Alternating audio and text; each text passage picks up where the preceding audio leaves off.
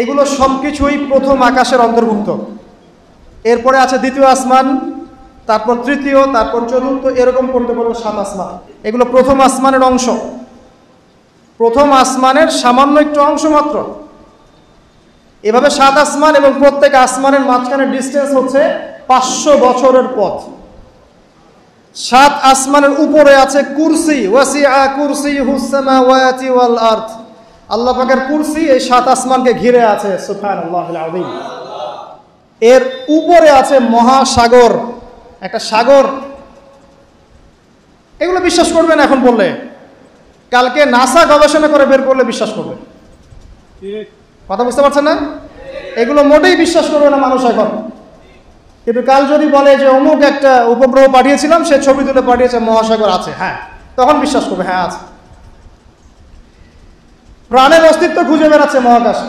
আল্লাহ পাক আগেই বলেছেন অসংখ্য প্রাণ আছে মহাবিশ্বে, কিন্তু কোরআন বিশ্বাস করবে না। এভাবে ঘুরতে ঘুরতে যখন জান্নাতের দেখা পাবে না, যদি পায় আর কি, তখন মানুষকে বলবে একটা গ্রহের সন্ধান পেয়েছি, গ্রহের মধ্যে হুর পড়ে আছে, যাদের ওড়না দিয়ে এমন সুগন্ধ বের হয়, যার ওড়নার কোনা যদি পৃথিবীতে নামিয়ে দেওয়া হতো তাহলে সারা পৃথিবী সুগন্ধে ভরে যেত। তখন মানুষ বিশ্বাস করবে, হ্যাঁ আছে। যদি ওরা বলে জাহান্নাম বলতে কিছু আছে, যেখানে আযাব দেওয়া হয়, শাস্তি দেওয়া হয়, 19 জন বড় বড় ফেরেশতা আছেন, তখন এই বিশ্ববাসী বিশ্বাস করবে, হ্যাঁ আছে। এই 7টা আসমানের উপরে আছে কুরসি, তার উপরে মহাসাগর, তার উপরে আছে আরশে আজিম।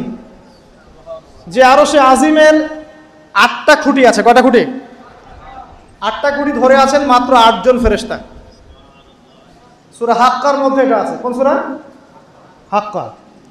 এই 8 জন ফেরেশতা এটাকে বহন করে কিয়ামতের দিন নিয়ে আসবেন, সুবহানাল্লাহ।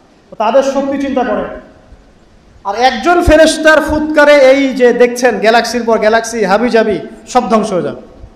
একজন ফেরেশতার ফুৎকারের মাধ্যমে ধ্বংস হবে। এরপরেও আল্লাহ বলছেন আফালা তুমিনুন আফালা ইউমিনুন, এরপরেও কি তোমরা ঈমান আনবে না? আওয়ালাম ইয়ারাল্লাযীনা কাফারু, কাফেররা কি লক্ষ্য করে দেখে না, আন্নাস সামাওয়াতি ওয়াল আরদা কানাতা রাতকান, এই 7টা আকাশ, মহাবিশ্ব এবং পৃথিবী একটা কেন্দ্রের মধ্যে ছিল, বিন্দুর মধ্যে ছিল। ফাফাতাকনাহুমা, আমি এটাকে বিভক্ত করে দিলাম, আমি বিভক্ত করে দিলাম। আল্লাহ বলছেন ফাফাতাকনাহুমা ওয়াজআলনা মিনাল মাই কুল্লা শাইইন হাই, এবং প্রত্যেক জীবন্ত প্রাণকে সৃষ্টি করলাম পানি দিয়ে। আমাদের কোষের মধ্যে সাইটোপ্লাজমে পানির পরিমাণ কত পার্সেন্ট? নিউক্লিয়াসের মধ্যে পানির পরিমাণ কত পার্সেন্ট? বেশিরভাগই পানি। পড়াশোনা করেন, পানি দিয়ে তৈরি করেন 70 to 80%। আফালা ইউমিনুন, এরপরে আল্লাহ বলছেন তবুও কি তারা বিশ্বাস করবে না? তো ওই আরশে আজিম ধরে আছেন 8 জন ফেরেশতা। তারপর আরশে আজিমের উপরে আল্লাহ রাব্বুল আলামিন। তো আল্লাহ রাব্বুল আলামিন এই যে প্রথম মহাবিশ্ব দেখছেন, এর ঊর্ধ্বে অবস্থান করছেন। তার মানে এখানে যে সময় চলছে, অতীত, এখানকার ভবিষ্যৎ, এখানকার বর্তমান, আল্লাহ পাক এই 3 কালের ঊর্ধ্বে অবস্থান করছেন। আল্লাহ পাক যখন বলছেন যে আবু লাহাব জাহান্নামে যাবে, আল্লাহ পাক দেখে দেখে বলছেন, এই যে ভবিষ্যৎটা আল্লাহ পাক দেখছেন, আবু লাহাব এখানে আছে, এখন ইন ফিউচার এখানে যাবে, এখানে গিয়ে সে জাহান্নামে যাবে।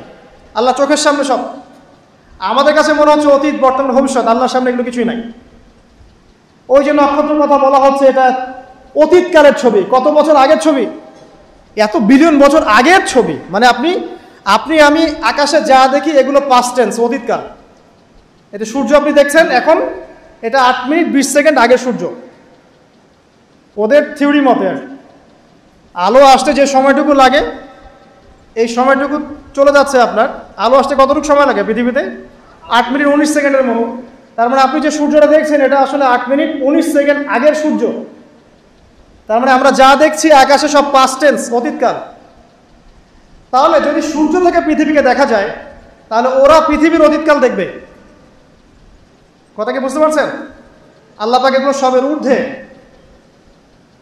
এই আলোর চেয়ে প্রচণ্ড গতিতে, আলোর বেগের চেয়ে যদি অনেক অনেক অসীম গতিতে কেউ যদি ছুটতে পারে মহাকাশে, তাহলে সে এই সব কালের ঊর্ধ্বে চলে যাবে। স্টিফেন হকিংসেরও তো সূত্র আছে এরকম। এটাই নবী সাল্লাল্লাহু আলাইহি ওয়াসাল্লামের মেরাজের সাথে মিলে যায়। তিনি গিয়েছেন, ফিরে এসেছেন, এসে দেখেছেন অজুর পানি গড়িয়ে পড়ছে টাইমের ঊর্ধ্বে। সবই বৈজ্ঞানিক, আসলে প্রমাণ করতে পারে না। তখন বলবে যে ধর্ম, মৌলবাদ, অন্ধবিশ্বাস ইত্যাদি ইত্যাদি। যখন প্রমাণ করতে পারবে তখন ধার্মিক হয়ে যাবে স্যার, প্রতিটা বিষয়। তো এটা নিয়ে আরো ডিপ কথা আছে, আজকে ওইদিকে আমি যাচ্ছি না, শুধু এতটুকু বলছি আল্লাহ পাক এই সব কিছুর ঊর্ধ্বে, সেখান থেকে আল্লাহ রাব্বুল আলামিন সব কিছু দেখেন এবং শোনেন। আসুন,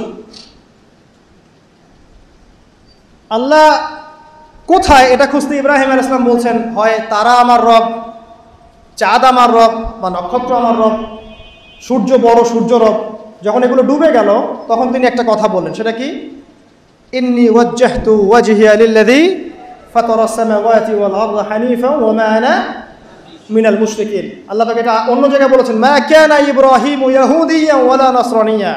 ইব্রাহিম ইহুদি ছিল না, নাসারা ছিল না, ওয়ালাকিন কানা হানিফান মুসলিমা, তিনি একনিষ্ঠ মুসলিম ছিলেন। ওয়া মা কানা মিনাল মুশরিকিন, তিনি মুশরিকদের অন্তর্ভুক্ত ছিলেন না। হুয়া সাম্মাকুমুল মুসলিমিন, তিনি তোমাদের নাম দিয়েছেন মুসলিম। তো একইভাবে নবী সাল্লাল্লাহু আলাইহি ওয়াসাল্লামকে দেখেন, তিনিও কিন্তু সমাজের অরাজকতা দেখে হেরা গুহায় চলে গেলেন, সেখানে আল্লাহকে ডাকতে লাগলেন, ধ্যান করতে লাগলেন। এক পর্যায়ে ওহী তার কাছে আসলো, দুজনের দেখেন কত মিল পাওয়া যাচ্ছে। এরপর যেমন ইব্রাহিম আলাইহিস সালামকে সমাজ থেকে তাড়িয়ে দেওয়া হলো, নবী সাল্লাল্লাহু আলাইহি ওয়াসাল্লামকেও সমাজ থেকে কি করা হলো? তাড়িয়ে দেওয়া হলো, মারা হলো, গালি দেওয়া হলো, রক্তাক্ত করা হলো, এক পর্যায়ে তাকে হিজরত করে চলে যেতে হলো। মিল পাচ্ছেন? পরিবার বাধা দিয়েছে ইব্রাহিম আলাইহিস সালামকেও, মুহাম্মদ সাল্লাল্লাহু আলাইহি ওয়াসাল্লামকে। আত্মীয়রা বাধা দিয়েছে ইব্রাহিম আলাইহিস সালামকেও, মুহাম্মদ সাল্লাল্লাহু আলাইহি ওয়াসাল্লামকেও। সমাজ বাধা দিয়েছে ইব্রাহিম আলাইহিস সালামকেও, মুহাম্মদ সাল্লাল্লাহু আলাইহি ওয়াসাল্লাম। হিজরত করে চলে যেতে হয়েছে তাকেও এবং তাকেও আলাইহিস সালাম। দুজনের চেহারার মিল। চলে যাওয়ার সময় তাদের সাথে